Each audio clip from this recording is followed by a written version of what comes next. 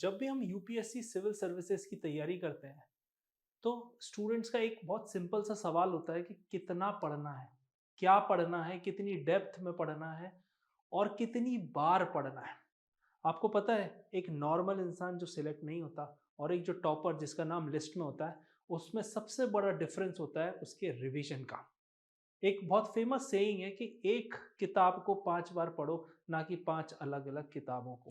तो इस सेंस में आज का मैं ये लेक्चर आपके लिए लेके आया हूँ, द साइंस ऑफ रिवीजन। कैसे आप 80% जो भी आपने पढ़ा है, उसको रिटेन कर सकते हो, आपके दिमाग में रह सकता है और एग्ज़ाम में जाके आप उसको रिकॉल कर सकते हो और ये चीज़ आपके लिए इफ़ेक्टिव है। तो आज इस वीडियो में हम ये सारी टेक्निक सीखेंगे और समझेंगे, ठीक है? Why revision wins UPSC not studying more books. ज्यादा से ज्यादा किताबें पढ़ने में नहीं होता यूपीएससी। यूपीएससी किस में होता है कि एक ही किताब को आपने बार बार पढ़ा। इसका मतलब वहां पे एक एक्सपर्टीज रिक्वायर्ड होती है, ना कि मल्टीपल नॉलेज। जब हम कोई भी बुक को पढ़ते हैं या कोई भी कंटेंट पढ़ते हैं, पीपीटी से पढ़े, पीडीएफ से पढ़े, कहीं से भी पढ़े, शुरू में तो याद रहता है, अगले दिन, 7 दिन बाद और 30 दिन बाद मुश्किल से 10% ही याद रहता है। पर ऑब्वियसली मैं इस वीडियो में आपको ऐसी बहुत सारी टेक्निक बताने वाला हूं जिससे कि आप ज्यादा से ज्यादा चीजों को याद रख सकते हैं, ठीक है? तो UPSC is memory plus application, not just reading. तो ये मैं हमेशा अपने स्टूडेंट्स को क्लासरूम में भी बोलता हूं कि एक होती है रीडिंग और दूसरी होती है लर्निंग। रीडिंग होती है लेजर रीडिंग, जैसे आप नॉवेल पढ़ रहे हो, आपने पढ़ा, कहानी सुनी, चलेगा। नॉवेल के बाद कोई आपका टेस्ट नहीं ले रहा। पर यूपीएससी के एग्जामिनेशन में अगर आप कोई भी किताब पढ़ रहे हैं, जैसे लक्ष्मीकांत हो गई, आपने वो पढ़ी, उसके बाद आपको पता है कि ये टेक्स्ट पढ़ने का ना, मुझे सवाल लगाने हैं, एमसीक्यू सॉल्व करने हैं, आंसर लिखना है, इंटरव्यू में जवाब देना है, तो आपको उस नजरिए से आप उसको पढ़ते हो, वो प्रेशर रहता है आप पे। तो लर्निंग का मतलब है एक एक लाइन का मीनिंग समझते हो, आगे बढ़ना। अब इसमें की पॉइंट्स क्या है कि everyone reads the same book. सबको पता है ये किताबों की लिस्ट है, ये पढ़नी है। हो सकता है उसमें एक दो बुक्स ऊपर नीचे हो जाए, पर सबको सब चीज पता है, तो सब सिलेक्ट क्यों नहीं होते? अब आप बोलोगे सर सब पढ़ते नहीं है। ठीक है, मान ले क्या जो बच्चे सिलेक्ट हुए, 700-800 बच्चे हर साल सिलेक्ट होते हैं, उसमें से जितने लोग मेंस दे रहे हैं वो तो सारी किताब पढ़ते हैं। चलो आधे जो लोग मेंस दे रहे हैं वो तो किताब पढ़ते हैं सारी, या जो इंटरव्यू में अपीयर हो रहे हैं वो तो पढ़ते होंगे कम से कम 3 गुना जो आपकी पोस्ट है उससे। फिर भी वो क्यों नहीं सिलेक्ट होते? दूसरा है डिफरेंस इज रिटेंशन। ये इसका कारण है, नॉट सिलेबस कंप्लीशन। अगर आप किसी टॉपर से भी पूछोगे ना एग्जाम के एक दिन पहले, क्या आपका सिलेबस पूरा कंप्लीट हो गया था एग्जाम के एक दिन पहले, वो बोलेगा नहीं। इसीलिए मैं हमेशा अपने स्टूडेंट से कहता हूं कि answer writing is the part of the preparation. बच्चे बोलते हैं सर पहले पढ़ लूं उसके बाद लिखना शुरू करूंगा, पर लिखना है साथ साथ में पढ़ के, साथ साथ में एमसीक्यू भी सॉल्व करना है, साथ ही में न्यूज़पेपर पढ़ना है। क्या आप न्यूज़पेपर के साथ ऐसा करते हो कि पहले मेरा सिलेबस कंप्लीट हो जाए फिर न्यूज़पेपर पढ़ना शुरू करूंगा? नहीं ना, करंट अफेयर्स भी साथ चलता है। तो सारी चीजें साथ साथ ही होती हैं। अब बहुत सारे स्टूडेंट्स क्या करते हैं, दे रीड, फॉरगेट, री रीड, फॉरगेट, एंड आखिरी में वो पैनिक कर जाते हैं और कहते हैं इस बार ना तैयारी सही नहीं लग रही, अगले साल अटेम्प्ट दूंगा। तो ये कारण आपके पास होता है। अगर आपके दोस्त यार सारे इसी तरह की बातें करते हैं तो आपका फ्रेंड सर्कल गलत है, आपको चेंज कर लेना चाहिए। क्योंकि जो भी इंसान पैनिक की सिचुएशन में है वो इस एग्जाम को क्लियर नहीं कर सकता।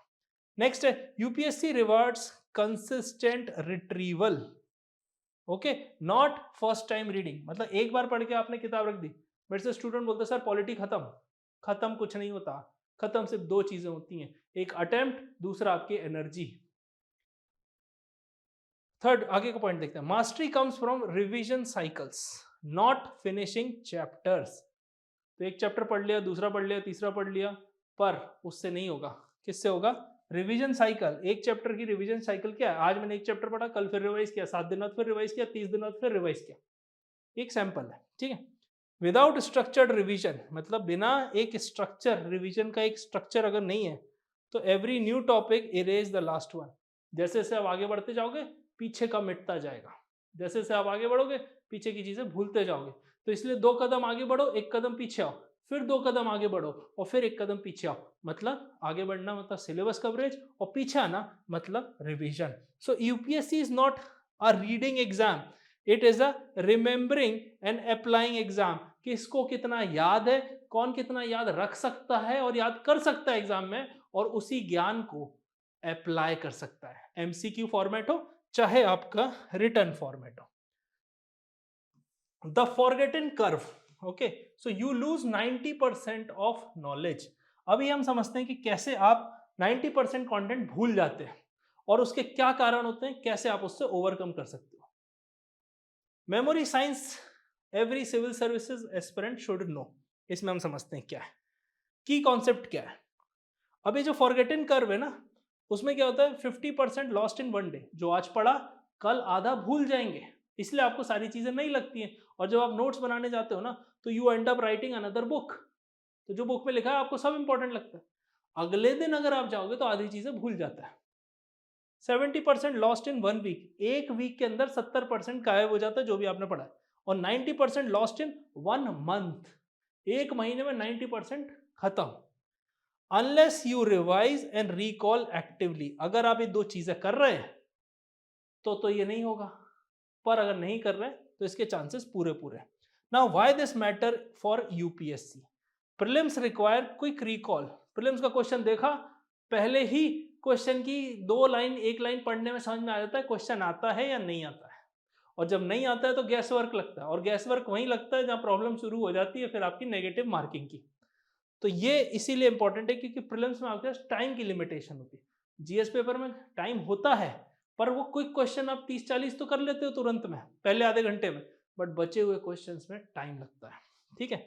मेंस रिक्वायर्स कॉन्फिडेंट आर्टिकुलेशन, लिखने का तरीका वो कॉन्फिडेंट होना चाहिए, लगना चाहिए कि एक फ्यूचर ब्यूरोक्रेट आंसर लिख रहा है, ना कि एक स्टूडेंट या एस्पिरेंट जो सिर्फ कंप्लेंट कर रहा है या अनरियलिस्टिक सॉल्यूशंस दे रहा है। और interview requires recall plus application, interview में वो आपकी पर्सनालिटी चेक करते हैं, क्योंकि वो नॉलेज आपकी ऑलरेडी चेक कर चुके हैं प्रीलिम्स में, मेंस में। जब इतनी सारा अच्छे लेवल पे नॉलेज चेक हो गई तो इंटरव्यू में वो सवाल के जवाब सही नहीं सुनना चाहते, वो ये सुनना चाहते हैं कि अगर आपको कोई केस स्टडी दी गई है, आपसे कोई सवाल पूछा गया, कैसे रिएक्ट करते हो। 5 लगातार क्वेश्चन ना बनने पे आपकी हालत कैसी होती है, कल को आप ब्यूरोक्रेट बने और प्रेस कॉन्फ्रेंस करनी पड़ी तो क्या आप जवाब दे पाओगे, क्या आप देश को रिप्रेजेंट कर पाओगे वर्ल्ड लेवल पे। ये सारी चीजें इंटरव्यू में चेक होती है, जिसे हम पर्सनालिटी टेस्ट भी कहते हैं। Students most common mistake, I will revise after finishing the entire book, book खत्म होने के बाद मैं रिवाइज करूंगा, ये सबसे बड़ी मिस्टेक है। दिस गारंटीज फॉरगेटिंग, भूलना आपका तय। ये लाइन मैं आपके लिए लिखता हूं, reality, revision must be built into study routine not postponed, ये आपके स्टडी रूटीन का है। तो मैं स्टूडेंट्स को, जो हमारे क्लासरूम प्रोग्राम के स्टूडेंट्स हैं, उनको मैं सिंपल सेंस में बोलता हूँ कि भाई आप मंडे टू फ्राइडे पढ़ो, सैटरडे रेस्ट डे है, रिवीजन डे है, संडे को आपको टेस्ट देना है और पिछला टेस्ट एनालाइज करना है। ये 7 दिन की स्ट्रैटेजी फॉलो करोगे ना, संडे टू मंडे, मतलब मंडे टू संडे, तो आपको ये कभी प्रॉब्लम नहीं जाएगी। इसको लेके हमने एक 3 आवर्स की वर्कशॉप की है, एब्सोल्युटली फ्री है, लिंक डिस्क्रिप्शन में दिया है, वहां से आप रजिस्टर कर लेना। और पूरी A to Z यूपीएससी बताया गया, syllabus, PYQ, note making, newspaper reading, कैसे आंसर लिखना है, कैसे एमसीक्यू की अप्रोच करनी है, कैसे रिवीजन करना है, सब कुछ 3 आवर्स की वर्कशॉप में A to Z बताया गया। फ्री है रजिस्ट्रेशन, लिंक डिस्क्रिप्शन में है, ना मिले तो सपोर्ट नंबर से मांग लेना। ठीक है। Passive versus active study, this is like a game changer insight, what most aspirants do, what toppers do. तो ये अपन एक डिफरेंस समझेंगे कि एक आम आदमी में और एक टॉपर में क्या डिफरेंस है। ठीक है। पैसिव लर्निंग इज वेस्टफुल, मतलब reading chapters repeatedly, highlighting with markers, आपने कई बुक्स देखी होंगी पूरी रंगी हुई रहती हैं, अब वो पहले ब्लैक पे व्हाइट पे ब्लैक लिखा था, अब पूरा पे ग्रीन हो गया है। ठीक है। फिर वॉचिंग यूट्यूब समरीज, अब न्यूज़पेपर ना पढ़ के डेली न्यूज की समरी देखते हैं। मैं ही नहीं कह रहा डेली न्यूज की समरी मत देखो, पर पहले अखबार तो पढ़ लो, या फिर पहले समरी देख लो उसके बाद तो अखबार पढ़ो। किसी और का एनालिसिस आपको दिमाग में नहीं सेट होगा, क्योंकि उसने पढ़ा है इसलिए वो एनालिसिस कर पा रहा है, आप नहीं पढ़ोगे और सिर्फ एनालिसिस देखोगे तो नहीं कर पाते।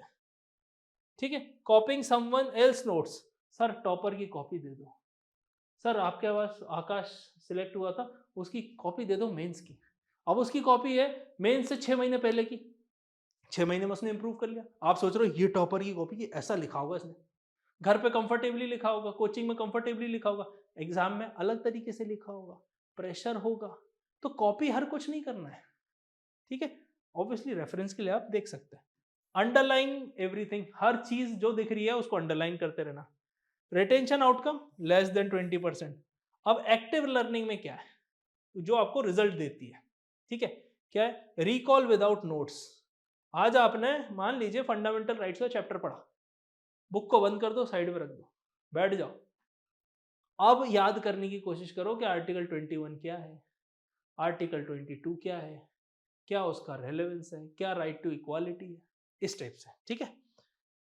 फिर राइटिंग प्रैक्टिस पेपर्स, ये सबसे अच्छी टेक्निक है, क्योंकि जब हम पढ़ते हैं ना वो पैसिव होता है, पर जब हम लिखना शुरू करते हैं या सवाल लगाते हैं ना, वो एक्टिव लर्निंग होती है, उसमें आपका दिमाग चलता है, दिमाग पे जोर डलता है, जिससे आप ज्यादा सीखते हैं।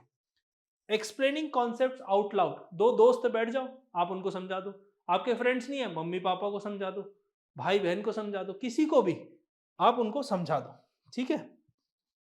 फिर सॉल्विंग पीवाईक्यूज, जो प्रीवियस ईयर क्वेश्चन है उनको सॉल्व करो, क्योंकि वो स्टैंडर्ड आपको मेंटेन करना है एग्जाम के लिए। और जब ऑब्वियसली पीवाईक्यू की तो लिमिटेशन है, हर साल एक ही पेपर होता है, तो कितने पेपर मिलेंगे, ज्यादा पुराना जाओगे तो उस लेवल का आपको क्वेश्चन नहीं मिलेंगे, तो इसलिए एमसीक्यूज लगाना जरूरी है। अब रिटेंशन आउटकम 60 टू 80% होगा, कैसे, UPSC friendly active tools, flash card बना लो छोटे छोटे बॉक्सेस में, मान लीजिए आपके इंपॉर्टेंट आर्टिकल्स आपने वहां लिख लिए, इकोनॉमी कुछ कॉन्सेप्ट है, डेफिनेशंस वहां लिख ली, कुछ फ्लो चार्ट्स बना लिए, ठीक है। सेल्फ क्विज, खुद ही ने क्विज बना ली कि भाई ये चैप्टर मैंने पढ़ा है, इसमें 4-5 फैक्चुअल इन्फॉर्मेशन थी, 2-3 कंसेप्चुअल इन्फॉर्मेशन थी, यहां से क्वेश्चन बन सकता है। फिर स्पाइडर डायग्राम्स और माइंड मैप्स, तो स्पाइडर डायग्राम्स आपने देखा होगा, ऐसे करके होता है जिसपे 4-5 एंगल होते हैं, उसके बारे में आप बना सकते हो, ट्राइंगल बना के कर सकते हो, प्लस बना के कर सकते हो, तो इस टाइप से आप काफी कुछ बना सकते हो। राइटिंग कंक्लूजन फॉर मेंस, तो अगर आप आंसर राइटिंग नहीं भी कर रहे हैं तो कोशिश करो इंट्रोडक्शन लिख लो, कंक्लूजन लिख लो, तो दोनों में आपका एक सेट हो जाएगा। बीच की बॉडी तो कंटेंट है, जो आप न्यूज़पेपर में पढ़ रहे हैं, किताबों में पढ़ रहे हैं, जो भी आपको पढ़ाया जा रहा है। रूल क्या है, इफ योर ब्रेन हर्ट्स, ठीक है, यू आर लर्निंग, मतलब अगर आराम से गाड़ी चल रही है ना तो आप लर्न नहीं कर रहे हैं, if if it feels easy तो आप सब कुछ भूल रहे हो, ठीक है। आगे बढ़ते हैं, the 3 to 5 revision cycle rule, ये रैंक होल्डर सबसे ज्यादा यूज करते हैं। ये मैंने अपने पास टॉपर्स जितने भी बच्चों को गाइड किया जो सिविल सर्विसेज में सिलेक्ट हुए ना, उन्होंने ये टेक्निक कहीं ना कहीं अपनाई है, और ये कंपाइल करके मैंने एक ही आपको स्लाइड में दे दिया, ध्यान से सुनना, चाहो तो स्क्रीनशॉट ले लेना। The only revision framework you will ever need, क्या क्या है भाई, same day revision, clean the dust 20-30 minutes quickly recap, मान लीजिए आप सुबह से पढ़ रहे हैं, रात हो गई, रात में आधा घंटा पूरा फिर से ब्रशअप कर लो, हाँ आज ये पढ़ा था, पॉलिटी में, हिस्ट्री में वो पढ़ा था, इकोनॉमी में ये, न्यूज़पेपर में ये 3 चीजें आई थी, this is, so clean the dust same day. Cycle 2, that is 7 days, revisit the notes, जो भी आपने नोट्स बनाया उसको फिर से देखो, सॉल्व फ्यू एमसीक्यू, उसी से रिलेटेड कुछ एमसीक्यू कर लो, तो आपका क्या दिमाग उस तरह से चलेगा, जब भी आप कोई भी आर्टिकल पढ़ रहे हैं, चैप्टर पढ़ रहे हैं, आपको पता चलेगा यहाँ से एमसीक्यू बन सकता है, क्योंकि आप तुरंत पढ़ के एमसीक्यू लगा लेते हो, ठीक है। फिल मिसिंग कॉन्सेप्चुअल गैप्स, जो भी आपके कंसेप्चुअल गैप्स हैं उनको फिल हो जाएगा। कैसे होगा कंसेप्चुअल गैप, जब पढ़ रहे हैं तो हमें तो पता नहीं गैप का है, पर जब सवाल लगाएंगे ना तो गैप पता चलेंगे, फिर वापस उस चैप्टर पे जाओ, पढ़ो और फिर से सवाल लगाओ, तो आपको गैप्स फुल हो जाएंगे, ठीक है। फिर साइकिल 3, 30 days, इसमें रिवीजन प्लस पीवाईक्यू है, क्योंकि हमको अल्टीमेटली एग्जाम क्लियर करना है। हमारा मोटिव क्या है, स्कॉलर बनना नहीं है कि हमको ये सब्जेक्ट इतना अच्छे से आता है, दूसरा सब्जेक्ट उतने अच्छे, जब इतने सारे सब्जेक्ट आते हैं तो उनको ऑप्शनल की तरह सोचो, जो मैंने एक दूसरे वीडियो में बनाया कि कैसे आप अपना ऑप्शनल चूज कर सकते हैं, अगर आपने अभी तक नहीं किया या कर भी लिया तो एक बार वो ऑप्शनल वाला टेस्ट दे के देख लेना, तो आपको क्लैरिटी मिल जाएगी। तो सब्जेक्ट में मास्टरी सिर्फ ऑप्शनल वाले में करनी है, बाकी में नहीं करनी, ठीक है।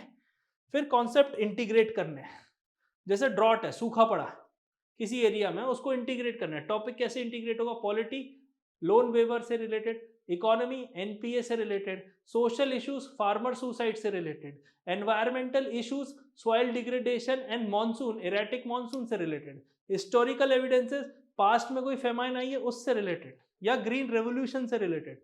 ऐसे ही आप सब्जेक्ट देखते जाओ और कनेक्ट करते जाओ, दिस इज कॉल्ड इंटीग्रेशन। ठीक है।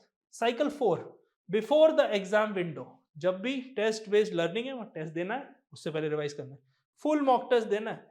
बच्चे गलती करते हैं, एग्जाम से पहले आपको 4 5 10 क्वेश्चन नहीं लगाने।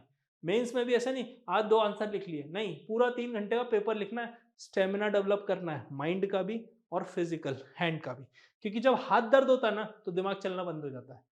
ऑल ऑफ यू जिसने मेंस लिखा है ना या टेस्ट सीरीज भी लिखी है, वो मेरी बात से अग्री करेगा।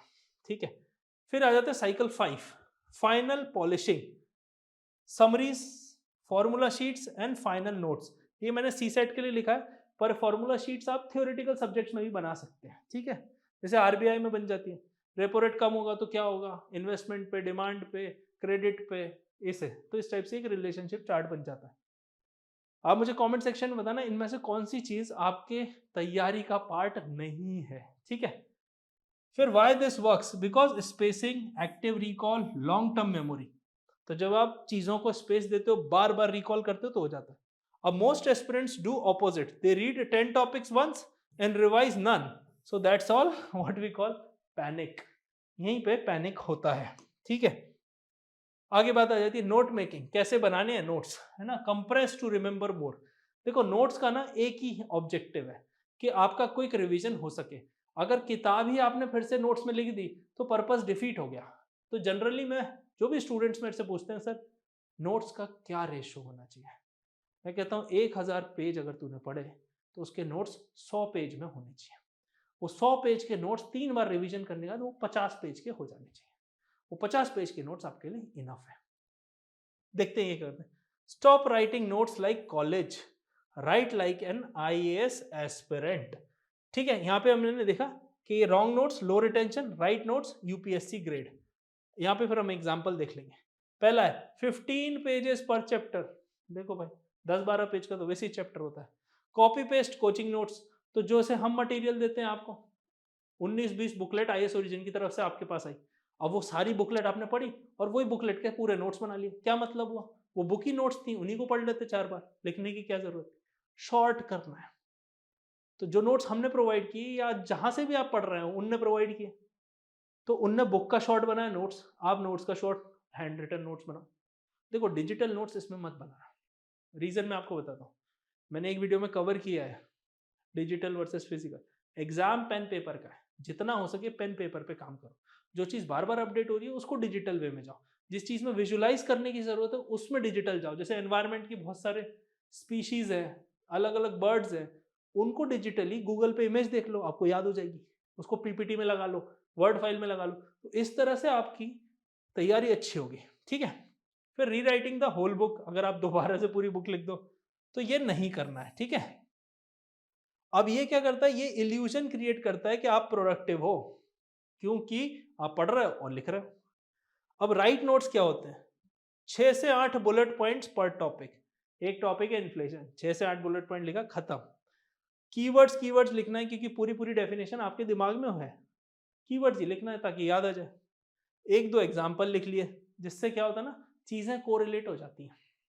जैसे आप सभी ने पढ़ा होगा, पर आपको पता है प्राइम मिनिस्टर मोदी एक बार सरप्राइज विजिट में पाकिस्तान चले गए थे, और उन्होंने वहां जाके स्टेटमेंट दिया, जब वहां की मीडिया ने बोला कि ये तो बिना वीजा लिए आ गए, तो मोदी जी ने कहा एक समय ये मेरा देश था। उनने भले ही मजाक में बोला, पर मेरा ये कहना है कि अगर ये चीज़ अगर लिख लोगे अपने थोड़ा बहुत नोट्स में, तो आपको स्टोरी याद रहेगी, स्टोरी से चीज़ें याद आ जाएंगी, और चीज़ों से आपको उस पॉलिसी का ऑब्जेक्टिव याद आ जाएगा। ठीक है। अगला है डायग्राम और फ्लो चार्ट। एक डायग्राम फ्लो चार्ट बना लिए जो विजुलाइज करने में आसानी रखता है, क्योंकि जैसे आपको याद होगा हमेशा जब भी एग्जाम में रिकॉल करते हो ना, तो आपको याद आता है अच्छा ये उस पेज में टॉप राइट साइड में लिखा था। विजुलाइजेशन जरूरी है। और फिर एक कंक्लूजन उसी टॉपिक का कंक्लूड करते हो। एक एग्जांपल के तौर पे देखते हैं GS3 इन्फ्लेशन का ही टॉपिक मैंने लिया है यहाँ पे। CPI WPI के आपने बेसिक लिख लिया, consumer price index, wholesale price index, उसके बेसिक डेफिनेशन। फिर डिमांड पुल और कॉस्ट पुश इन्फ्लेशन बता दिया कि भाई डिमांड पुल इन्फ्लेशन है या कॉस्ट पुश है, दोनों कैसे होते हैं, क्या फैक्टर्स होते हैं और क्या एग्जाम्पल्स हैं। फिर आरबीआई क्या करती है इसके लिए, तो आरबीआई के पॉलिसी टूल लिख लिए, जैसे रेपो रेट हो गया, CRR हो गया, है ना। फिर सर्वे, क्योंकि इन्फ्लेशन टारगेट लिख लिया भाई, 4% इन्फ्लेशन टारगेट है, ±2% रहता है, ये एमपीसी डिसाइड करती है, मॉनेटरी पॉलिसी कमेटी। फिर ग्लोबल ट्रिगर लिख दिया कि भाई फेडरल रिजर्व अगर रेट चेंज करता है तो उसका इम्पैक्ट आता है। तो कौन कौन से इम्पैक्ट आते हैं, कैसे इम्पैक्ट आते हैं, वो रेट बढ़ाएंगे तो हमारे यहाँ से आउटफ्लो हो जाता है, ठीक है। तो इस टाइप से आपने एक रिलेशनशिप लिख ली। फिर इम्पैक्ट ऑन पुअर, अगर भाई इन्फ्लेशन बढ़ता जाएगा और हम ग्रोथ को प्रायोरिटी देते देते इन्फ्लेशन को भूल जाएंगे। 2008 से 2013 में यही हुआ था। फिर डॉक्टर रघुराम राजन हमारे गवर्नर बने थे और उनका एक सोल ऑब्जेक्टिव था उनके 3 ईयर टर्म का कि इन्फ्लेशन को कंट्रोल में लाना, और जो कि उन्होंने बखूबी निभाया था। 2016 तक रेपो रेट लगभग 8-8.5% पहुंच गया था, पर इन्फ्लेशन उन्होंने कंट्रोल कर लिया था। फिर गवर्नमेंट स्कीम लिख दो भाई। फिर गवर्नमेंट ने 2016 में मॉनेटरी पॉलिसी फ्रेमवर्क अग्रीमेंट बनाया, उर्जित पटेल कमेटी ने रिकमेंडेशन दिए और तब से लेके आज तक एमपीसी है, ठीक है। फिर वे फॉरवर्ड लिख दिया कि आगे क्या होगा भाई, कैसे होगा, सारी चीजें। This fits in 1 page, not 8 to 10।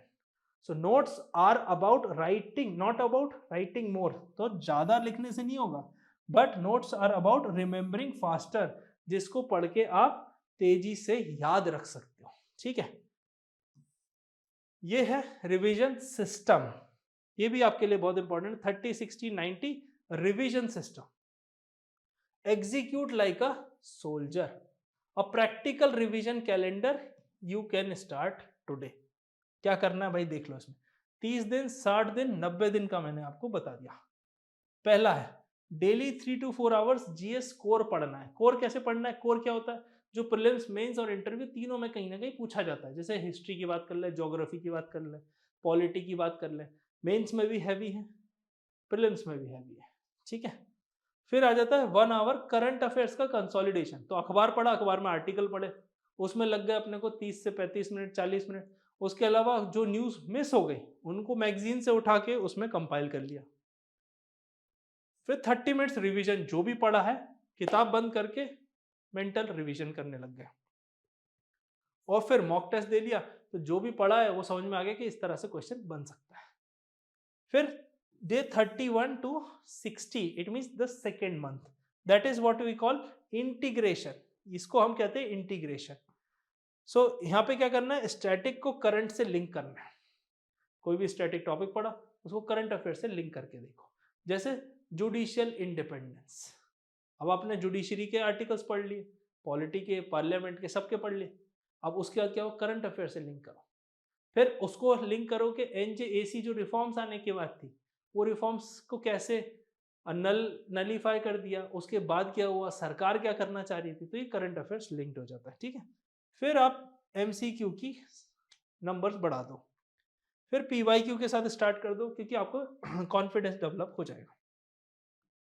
Weekly एक फुल मॉक देना जरूरी है। फुल मॉक में क्यों बोलता हूं हमेशा, छोटे टेस्ट नहीं देना चाहिए, फुल मॉक देना चाहिए जब आप तैयार हो जाओ, जिससे कि आपका स्टेमिना बिल्ड होता है उतनी देर बैठ के सोचने का, ठीक है। Sunday 100% revision, can be Sunday, Saturday, जो भी आपके हिसाब से हो। फिर आ जाता है लास्ट लेग, जो आपके लास्ट 60 to 90 डेज है। इसमें मॉक टेस्ट बढ़ा दो, क्योंकि आपको यहाँ पे प्रेशर का सिमुलेशन करना है। सिमुलेशन इज लाइक, जैसे आप गेम में गाड़ी चलाते हो तो वो रियल लाइफ का सिमुलेशन है। तो जो प्रेशर आपको प्रीलिम्स में मिलने वाला है, मेंस में मिलने वाला है, वो काम करना है। 60 to 80 एमसीक्यूज तो यहाँ बढ़ा दिया। फुल रिवीजन साइकिल कर दी भाई, पूरे पूरे सब्जेक्ट रिवाइज कर रहे हैं। ऑप्शनल और एथिक्स का इंटीग्रेशन, क्योंकि जनरली ये दो चीजें हम छोड़ के रखते हैं मेंस के लिए। So this is the final statement. The aspirants who revise intelligently defeats the aspirant who studies endlessly. हर चीज का एक डेडलाइन होता है, आपकी पढ़ाई चलती ही जाती है। आपने देखा होगा आपके आस पड़ोस में जो भी लोग होंगे, सीनियर होंगे, वेटरन्स होंगे, 5 साल से तैयारी कर रहे हैं, 4 साल से। भाई सरकार भी 5 साल का प्लान नहीं बना रही, उसने भी प्लानिंग कमीशन एबॉलिश कर दी और 5 ईयर प्लान का सिस्टम ही खत्म कर दिया।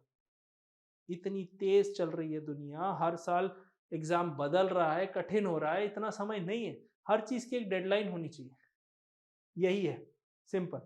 इंटेलिजेंट स्टूडेंट डिफीट कर देता है जो एंडलेसली पढ़ता ही रहता है। लास्ट में आपको एक बार और याद दिला देता हूँ, वर्कशॉप का लिंक डिस्क्रिप्शन में, एब्सोल्युटली फ्री है, 3 आवर्स है। मन करे और अगर आप सीरियस एस्पिरेंट हो तो एक बार ज़रूर देखिएगा। मिलते हैं अगले वीडियो में। Don't forget to subscribe. Thank you. जय हिंद।